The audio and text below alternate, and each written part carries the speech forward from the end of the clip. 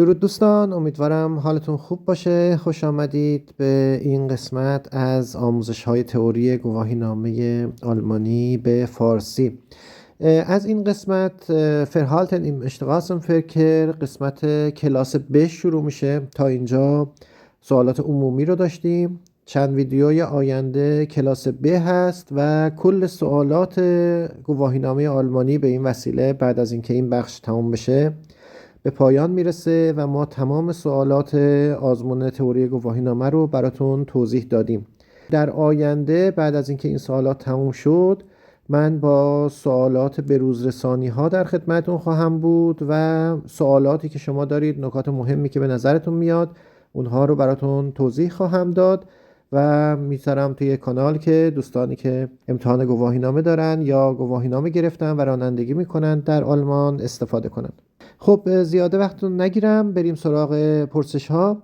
این دو پرسش اول مربوط به بخش Straßenbenutzung یا استفاده از جاده هست. سوالات بعدیه که در این ویدیو در خدمتون هستم مربوط به Geschwindigkeit هست که اون سوالات بیشتر حفظی است و باید حفظشون کنید. خب این اولین سوال میگه که Sie fahren außerorts auf einer Straße mit 3 markierten Fahrstreifen in jeder Fahrtrichtung. Auf dem rechten Fahrstreifen fahren in größeren Abständen einzelne langsamere Fahrzeuge. Welchen Fahrstreifen dürfen Sie durchgängig befahren؟ گفته که شما رانندگی میکنید خارج از محوطه‌های شهری روستایی در یک خیابانی با 3 لاین خط کشی شده در هر جهت. در خط سمت راست، لاین سمت راست رانندگی میکنند در فواصل زیاد، تک تک ماشین هایی رو که سرعتشون کم هست. کدام فاشتقایفن یا کدوم لاین رو اجازه دارید شما به طور مداوم استفاده کنید؟ خب این یک استثناء هست در پاراگراف 7 و پاراگراف 2 Straßenverkehrsordnung. گفتم قبلا بهتون که تأکید کرده که همیشه باید در لاین سمت راست ترین لاین حرکت کنید. اما در آبزاتس 3 پاراگراف 7 یک نکته ای رو اشاره کرده که اینجا به اون نکته اشاره میکنه. اگر در لاین سمت راست در خیابان‌هایی که 3 لاینه هستند خودروهای کندرو حرکت میکنند، شما اجازه دارید که از خط وسط هم استفاده کنید.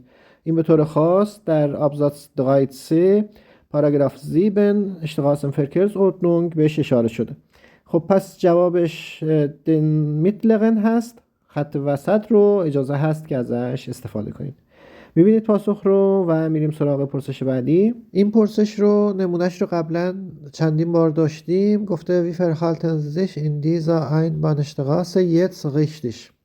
چه کار میکنید شما در این خیابان یک طرفه الان که صحیح باشه؟ خب یک کامیون حمل زباله جلوتون وایساده داره، زباله ها رو بر میداره و خیابان هم یک طرفه است. پس نمیتونید برگردید، نه دور بزنید، نه هیچی. فقط باید منتظر بشید، دیگه کاری از دستتون بر نمیاد تا این کامیون بره شما ادامه مسیر بدید. گزینه صحیح گزینه 3 هست. Ich warte bis die Arbeiten eine Weiterfahrt zulassen.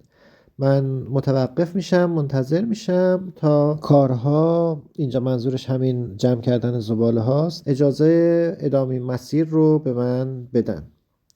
میبینید پاسخ رو و این دو سوال مربوط به استفاده از خیابان تموم شد. میریم سراغ پرسش های مربوط به سرعت در کلاس ب.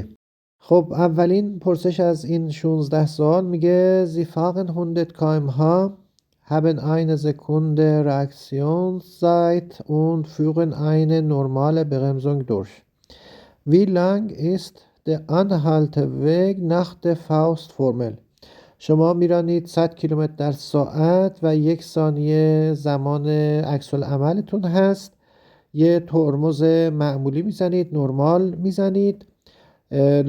وی لانگ چه طولی داره مسیر توقفتون. خب فرمول آنهالت وگ رو میدونید چیه؟ مجموع راکسیونز وگ و برمز وگ هست. راکسیونز وگ سرعت تقسیم بر 10 ضرب در 3 و بقیمزوگ در حالت معمولی نرمال بقیمزونگ سرعت تقسیم بر 10 ضرب در سرعت تقسیم بر 10. خب اینا رو انجام میدیم، با هم جمع میکنیم. سرعت تقسیم بر 10 میشه 100 تقسیم بر 10 ضرب در 3 میشه 30 متر. 30 متر راکسیونزوگ هست در حالتی که 100 کیلومتر در ساعت داریم میریم. و بقیمزوگ هم 100 تقسیم بر 10 ضرب در 100 تقسیم بر 10 یعنی 10 ضرب در 10 میشه 100 متر. 100 متر هم بقیمزوگ هست. 100 به اضافه 30 میشه 130 متر ما آنهالتوگمون خواهد بود. میبینید پاسخ رو و میریم سراغ پرسش بعدی. Sie fahren 100 km/h und führen eine normale Bremsung durch. Wie lang ist der Bremsweg nach der Faustformel؟ شما میرانید 100 کیلومتر در ساعت و یک ترمز نرمال میزنید. چه طولی داره مسیر ترمزتون یا خط ترمزتون طبق فرمول سرانگشتی؟ خب فرمول ها رو گفتم تو سال قبل بهتون. راکسیونزوگ هست سرعت تقسیم بر 10 ضرب در 3. بقیمزوگ هست سرعت تقسیم بر 10 ضرب در سرعت تقسیم بر 10 و آنهالتوگ هم که مجموع این دوتاست. میبینید فرمول رو اینجا سرعت تقسیم بر 10 100 تقسیم بر 10 میشه 10 ضرب در 10 میشه 100. 100 متر مسیر ترمز هست، می نویسیم 100 و می بینید که صحیح است. سوال سوم، سوالات سادن و مشابه هم. Sie fahren 100 km/h und haben eine Sekunde Reaktionszeit. Wie lang ist der Reaktionsweg nach der Faustformel؟ خب اینجا همونو راکسیونزوگش رو میخواد. 100 تقسیم بر 10 میشه 10 ضرب در 3 میشه 30. سی می نویسیم و صحیح است. میریم پرسش بعدی. چهارمین پرسش میگه Sie fahren 50 km/h haben eine Sekunde Reaktionszeit und führen eine normale Bremsung durch.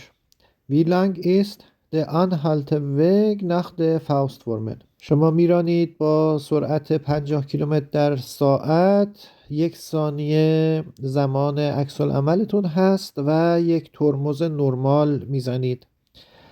چقدر طول میکشه تا اتومبیل شما متوقف بشه طبق فرمول سرانگشتی؟ آنهالتوگتون چقدر هست؟ خب آنهالتوگ رو فرمولش رو مینویسیم. اول راکسیونزوگ رو حساب میکنیم. 50 تقسیم بر 10 میشه 5 ضرب در 3 میشه 15. 15 متر راکسیونزوگ داریم و بقیمزوگ رو حساب میکنیم. 50 تقسیم بر 10 5 ضرب در 50 تقسیم بر 10 5 5 5 تا 25 تا 25 هم میشه بقیمزوگ. 15 رو به اضافه 25 میکنیم میشه 40 متر هست آنهالتوگ. میبینید و میریم سراغ پرسش بعدی. Sie fahren 50 km/h und führen eine normale Bremsung durch. Wie lang ist der Bremsweg nach der Faustformel؟ همون سوال قبلیه، فقط بقیمزوگ رو میخواد. سرعت تقسیم بر 10 50 تقسیم بر 10 5 به اضافه 50 تقسیم بر 10 میشه 5 5 ضرب در 5 25. می نویسیم و میریم سراغ پرسش بعد. Sie fahren 50 km/h und haben eine Sekunde Reaktionszeit. Wie lang ist der Reaktionsweg nach der Faustformel؟ همون پرسش قبلیه. راکسیونزوگ رو میخواد. سرعت تقسیم بر 10 ضرب در 3 50 تقسیم بر 10 میشه 5 ضرب در 3 میشه 15. می نویسیم 15 و میریم سراغ پرسش بعد. خب گفته Sie fahren auf einer sehr schmalen Straße und haben 50 Meter Sichtweite. Wie lang darf Ihr Anhalteweg höchstens sein؟ شما میرانید در یک جاده خیلی باریک و 50 متر دید شما هست. شما 50 متر رو میبینید. چه طولی اجازه داره داشته باشه مسیر توقف شما، مسافتی که شما باید حد اکثر بتونید توقف کنید؟ خب در پاراگراف 3 اشتغاسن فرکرز اودنونگ این مسئله رو بهش اشاره کرده. در آبزاتس 1 میگه که شما باید در فاصله دیدرستون بتونید خودرو رو متوقف کنید و در انتهای همین آبزاتس 1 میگه اگر خودروهایی که از روبرو میان ممکنه به خطر بیفتن و جاده باریک باشه مثلا و امکان تصادف با خودروهای روبرو باشه، باید حداکثر در نصف اون مسیر دید بتونید توقف کنید. یعنی اگر مسیر دید 50 متره و خودرو هم از روبرو ممکنه بیاد شاخ به شاخ باره شما باید در 25 متری بتونید طبق قانون توقف کنید. می نویسیم 25 و میریم سراغ پرسش بعد. پرسیده wie lautet die Faustformel den Bremsweg einer Gefahrbremsung auf ebener, trockener und asphaltierter Fahrbahn auszurechnen.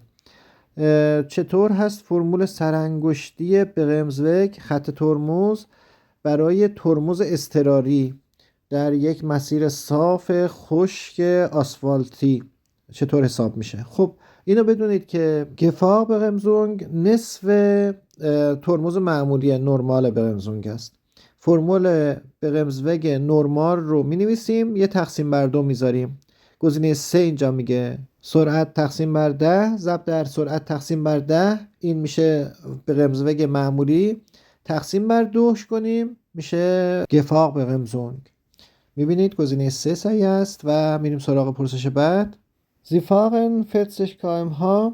Bei einer Gefahrbremsung beträgt der Bremsweg ca. 8 Meter.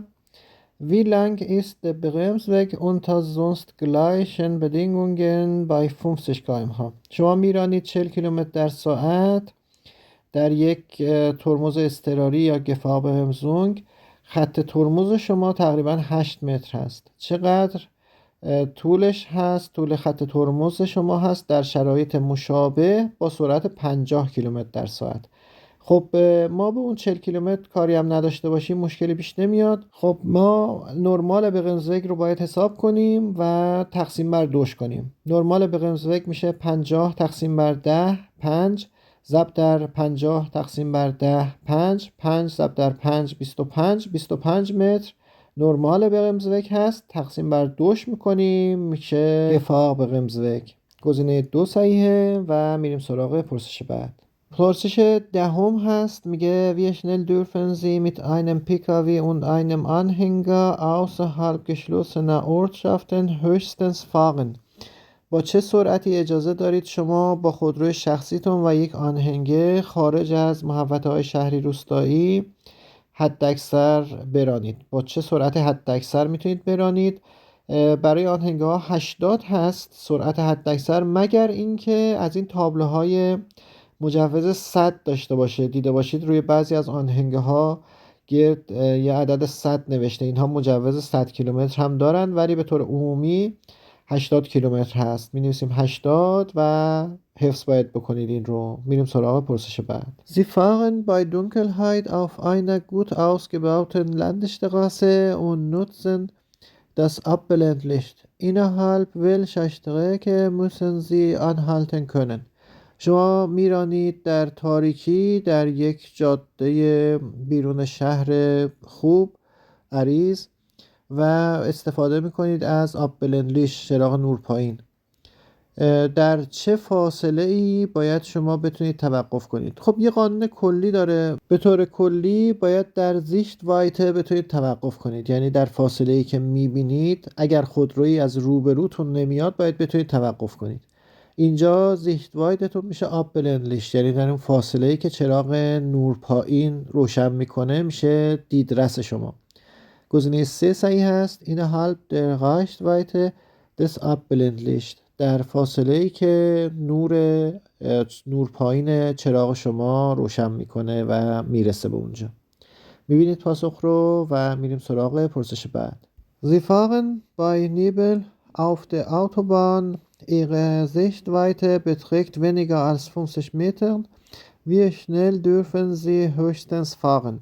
شما میرانید در مه در اتوبان، دیدرس شما میرسه به کمتر از 50 متر.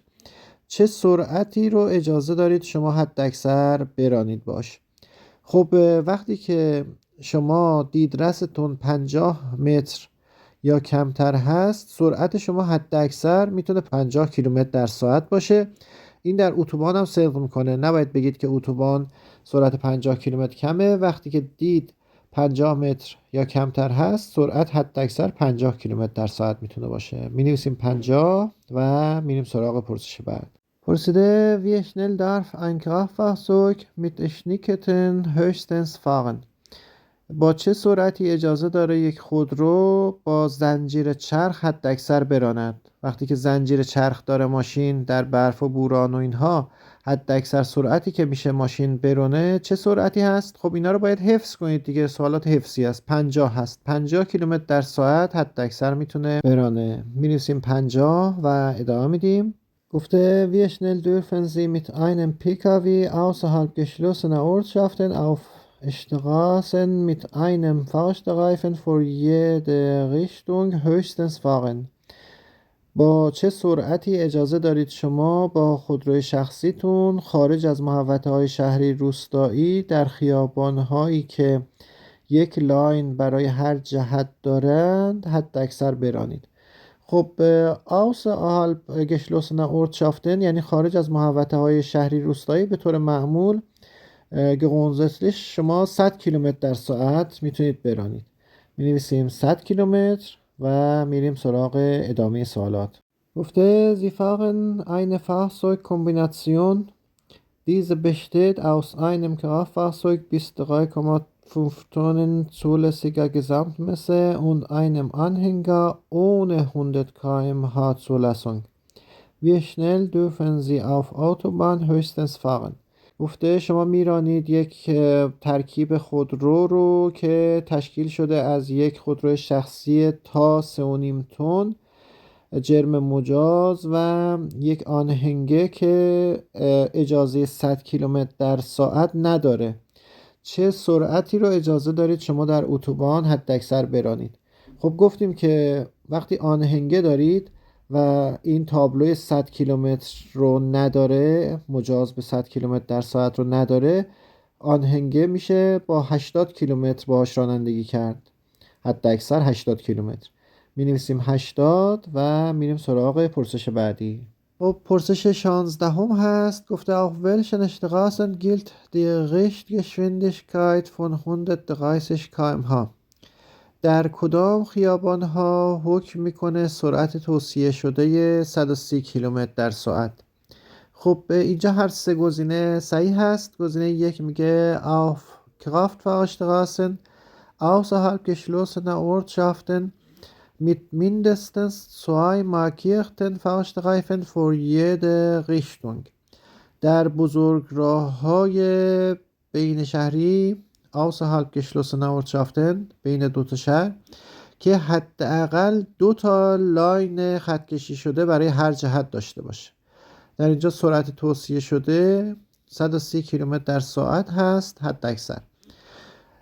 گزینه دوم auf Autobahnen، در اتوبان ها هم سرعت توصیه شده حد اکثر 130 کیلومتر هست. گزینه سه هم میگه auf Kraftfahrstraßen außerhalb geschlossener Ortschaften mit baulich getrennten Fahrbahnen für jede Richtung.